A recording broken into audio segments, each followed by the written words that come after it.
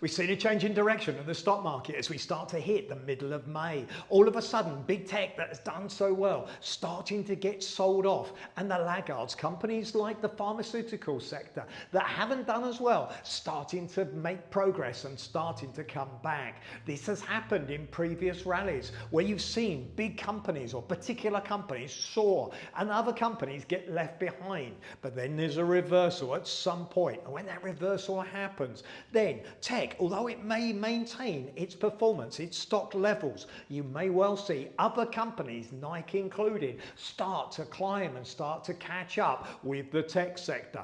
And that means positivity for the stock market overall, because if you've got the companies that perhaps haven't been producing as much growth, starting to produce growth, of course, that means that those bigger returns can be made from those particular sectors. Don't forget, you should always diversify. Right now, start to have a look at companies that are solid, strong in perhaps the banking, the oil industry, companies that are in the pharmaceutical industry, consumer staples. They're the ones that have massive potential to catch up with the tech sector.